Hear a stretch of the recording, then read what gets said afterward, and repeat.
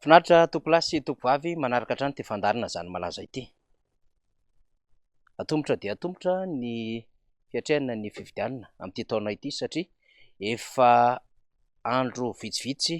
isaina dia hamarana ny volana febroary isika amin'izao fotoana izao ary efa hanitsaka indray ny volana marsa. Rehefa manitsaka ny volana marsa dia toa tahaka ny misosa ary tsy hitahita akory dia ho tonga any amin'izany fifidianana izany ny firenena raha ohatra ka voatazona ny teti-androm-pifidianana hiatrehana ny fifidianana. Fa hatreto aloha izany ny fanazava-kevitra nentiny teo anivon'ny ACC na dia tsy ara-dalàna aza ny endriky ny fanontaniana izay nalefan'ny CENI satria tsy manana zo hanontany ny CENI ny ACC raha ny lalàna ny jerevantsika na ny andininy fahavalo ambin'ny folo amby zato na ny andininy fahasivy ambin'ny folo zato saingy ny eken'ny ACC izay fametraha-panontaniana nataon'ny CENI izay dia tazomintsika amin'izay ny adevitra dia hoy isika hoe raha ny lalàna dia azo anatanterahana fifidianana izany amin'ny fahasivy volana novambra sy ny faharoapolo volana desambra. Ny fomba fipetraky ny raharaha izany hoe ny fiara-miasa izay efa tsikatra amin'izao fotoana izao fa manomboka miara-mifampitatana ny CENI sy ny ACC dia ahitana taratra ny amin'ny hoe mitady tsy ho marimarina, mitady hampitombona ny ahany rehetra ny amin'ny hoe ireo heverina antenaikanirina indray no ampivandravandra ao aoriana kely eo satria iza moa no mikarakara ny fifidianana dia ny CENI ary iza moa no mamoaka didy dia ny ACC. Izany indrindra no mahamailo ny rehetra amin'izao fotoana izao ary hanosehana hatrany ny tokony hisiany izany fifampiresahana izany na amin'ny endrininona na amin'ny endrininona ary na toy inona anarana fa ny zava-dehibe dia hoe ahoana ny fomba ahafahana misoroka amin'izay zavatra tokony hosorohana tsy hisian'ny korotana sy zavatra mety hitranga ka hiverina indray ny krizy samihafa eto amin'ity firenena ity. Sarobidy dia sarobidy ary lafo vidy manko ny atao hoe krizy post-elektorale efa niainana teto Madagasikara izany ary nandritry ny volana maro no nisian'ny fihetsiketsehana maro samihafa teto Madagasikara noho izany krizy post-elektorale izany hoe nateraky ny fifanonlanana ara-pifidianana. Misy ny fahampiteny, misy ihany koa ireo fahavoazana teo amin'ny tontolo ara-toe-karena. Kanefa sorohana tsara ny zava-misy eo amin'ny alalan'ny fandaminana mialoha ny fifidianana izay eritreretina ho atao amin'ity taona 2024 ity ka tsy mahadiso ny filazana sy ny fametrahana mandrakariva ny adevitry ny concertation nationale izany. Androany dia mbola nanamafy izany ny teo anivon'ny RMDM ny amin'ny hoe ndao apetraka mazava tsara ny fifampiresahana ary na toy inona na anarana etsona azy tsy mampanino izany fa azo atao ny mikaroka fandeferana fa ny zava-dehibe dia hoe misy adevitra tokony resahana eto amin'ity firenena ity mialohan'ny fifidianana, mialohan'ny hananganana na hanamboarana na handrafetana ny governemanta vaovao arak'izay karakarain'ny fanjakana ankehitriny no tokony hanatanterahana izany ary tsy mampanino mety ho asa na misy ao an'izay mety ho governemanta hijoro ihany koa izany satria ny governemanta hiforona eo dia hametraka an'izay fiarahamonina mirindra ara-pifidianana izay. Izy ireo no hifanampy eo amin'ny lafin'ny kirakira ara-panjakana na fitaovana io na fahamoam-bola makany anivon'ny voameram-pirenena mahaleo tena misahana ny fifidianana ka manana andraikitra lehibe amin'ny fampahombiazana ny fifidianana ho avy eo sy ny filaminana ny fifidianana ho avy eo ity governemanta kasaina hajoro fandimina faneniny ity. Izany ny antsointsika ny amin'ny hoe raha toa ka izany no hiraka sy andraikitra lehibe miandry ity governemanta ity maninona no tsy hiantsona ny concertation nationale satria tsy maintsy hodiniana ao anatin'izany ny lalàna izay amin'ny fahafahana ny voafonja an-datsabato satria efa nilaza izany fitondram-panjakana. Tsy maintsy tokony hodiniana ao anatin'izany ny fampandraisana anjara ireo diaspora any ampitan-dranomasina handray anjara ny fifidianana. Lalàna aiza no manome lalàna azy ireo handray anjara ny fifidianana izay tanterahana eto Madagasikara. Tsy maintsy manoratra lalàna vaovao ary miadevitra amin'izany lalàna izany vao mety izany fa tsy hoe izay ny fanirian'ny filohan'ny repoblika dia tanterahana kanefa tsisy lalàna manokatra na mampandray anjara azy ireo. Izay fandikan-dalàna fampandraisana anjara ny diaspora raha toa ka tsy voakitika ny lalàna mifehy ny fifidianana izay tanterahana mahakasika indrindra ny tontolo-pifidianana. amboniny hoe karaha-pifidianana, ny resaka karaha-panondro, ny resaka fametrahana lista eny anivony reny birao pokotany sy ireny birao mpifidianana samihafa ireny, ny fomba hiantsona an'ireo mpikambana ao anatin'ny birao fandatsaham-bato,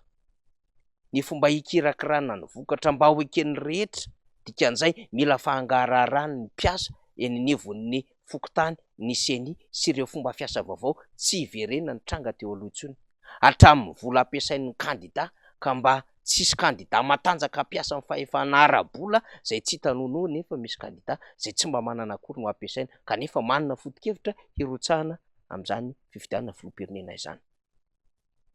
Betsaka ny ady hevitra mila horesahana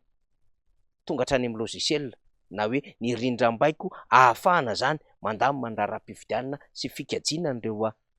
listry ny mpifidy izay hanatanteraka ny latsa-batom-pifidianana amin'ny taona 2024 2024. Maro dia maro ny zavatra tokony resahana ao anatin'izany, hatramin'ny fandraisana anjara an'ireo antoko politika hoe hatraiza no mandray anjara ny antoko politika hanara-maso izany fifidianana izany, ary toy inona no andraikitry ny mpanara-maso mpifidianana izay ahazo agrément any amin'ny seny izay mety hiantoka ny fahadiovan'ny fifidianana ihany koa rehefa mameantoka izany ny mpanara-maso na eto an-toerana na avy any ivelany. Marobe hoy isika fa ny RMDM androany dia nanamafy izay fifampiresahana izay ny amin'ny apetrao izany fampiresahana izany. Menoantsika ao anatin'ny minitra vitsy ny fanazavana nentin'ny mpitarika ny rodobe mpanoatra ho an'ny demokrasia eto Madagasikara, resaka indrindra izany hoe antony-javatra lehibe hisian'ny fifampiresahana sady hisian'ny fiarahamonina politika sy ny fandaminana amin'ny firenena mba tsy hiteraka krizy indray raha toa ka mizotra mankany amin'ny kilalao maloto izao fifidianana izao, ary tsy anaiky zay mety ho paikady politika hametsifetsena na hameriverezana indray na hanaovana kolikoly ara-pifidianana ny rehetra ho an'izay mety ho tombony manokana makany amin'ny kandida mpanjakana. Enoantsika betra ilaina ny concertation nationale na fikaonan-doham-pirenena hoentina mamahaolana izay zavatra misy rehetra eto amin'ity firenentsika ty mialohany anatanterantsika le fifidianana ho avy, satria hitatsika fatatsika fa manalasala ihany ny fikarakarana sy ny fanomanana an'izany fifidianana izany. Faharoa dia manolotra koa izahay point faharoa mba hananatsika fifidianana madio mangarahara ho eken'ny rehetra no atao eto amin'ity firenena ity, fa tsy fifidianana efa voavolavola na fifidianana efa voamanavy agny, tsy fampiarana no atao eto, fa fifidianana zay madio mangarahara eken'ny rehetra zay, satria ny malagasy maro anisa no tompon'ny fahefana ka mendrika ny malagasy ny manana azo feno ifidy ka tsy hisy olo tokony hoverezinjo eto na iza zay no ilaina antsika fifidianana madio mangarahara zay eken'ny rehetra zay, mba ho ny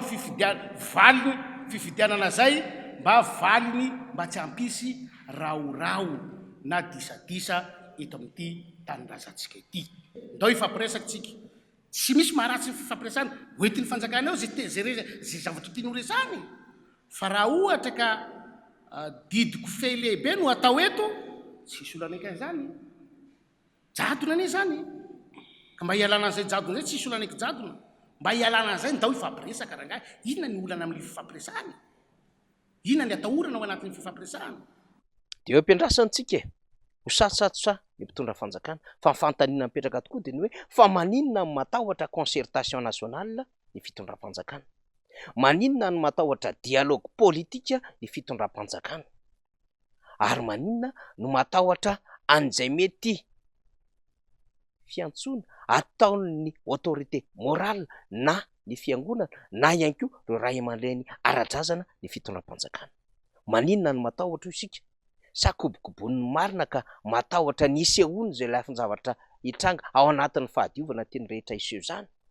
Sa ihany koa mety manimba na manelingelina zay mety ho paikady politika amin'ny fitondram-panjakana ny fifampiresahana ambony latambatra mba hikarohana zay zavatra mahasoa ity firenena ity ka mitady zay fomba rehetra tsy hampahomby izany fifampiresahana sy fandaminana izany ho an'ny eny anivon'ny seny na ihany koa ireo ratsana zay velona fa afaka hanatanteraka izany.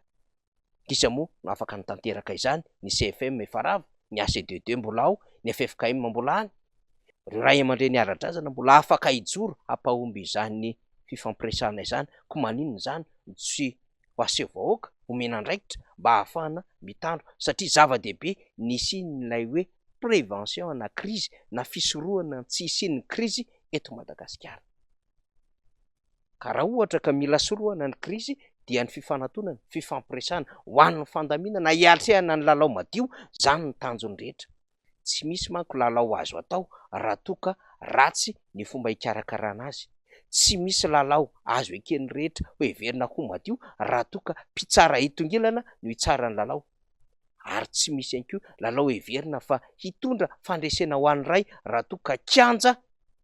zay hazon'ny ekipa ray tombony no hilalaovana, ary efa voavidy vola ireo zay mandray anjara ao anatin'izany sehatry ny lalao izany. Tsy azo atao zany ary tsy azo heverina ho kilalao madio. Zay no anahiny be sy maro amin'ny fifidianana hitranga ho avy eo raha toa ka tsy ampy zay fandaminana mialoha izany. Ny atao hoe fifidianana efa nambarantsika dia mialoha mandritra ary aoriana amin'ny fifidianana, fa ny tsaratsara kokoa dia mandamina mialoha amin'ny fifidianana mba hahazoana fifidianana ho eken'ny rehetra madio mangarara.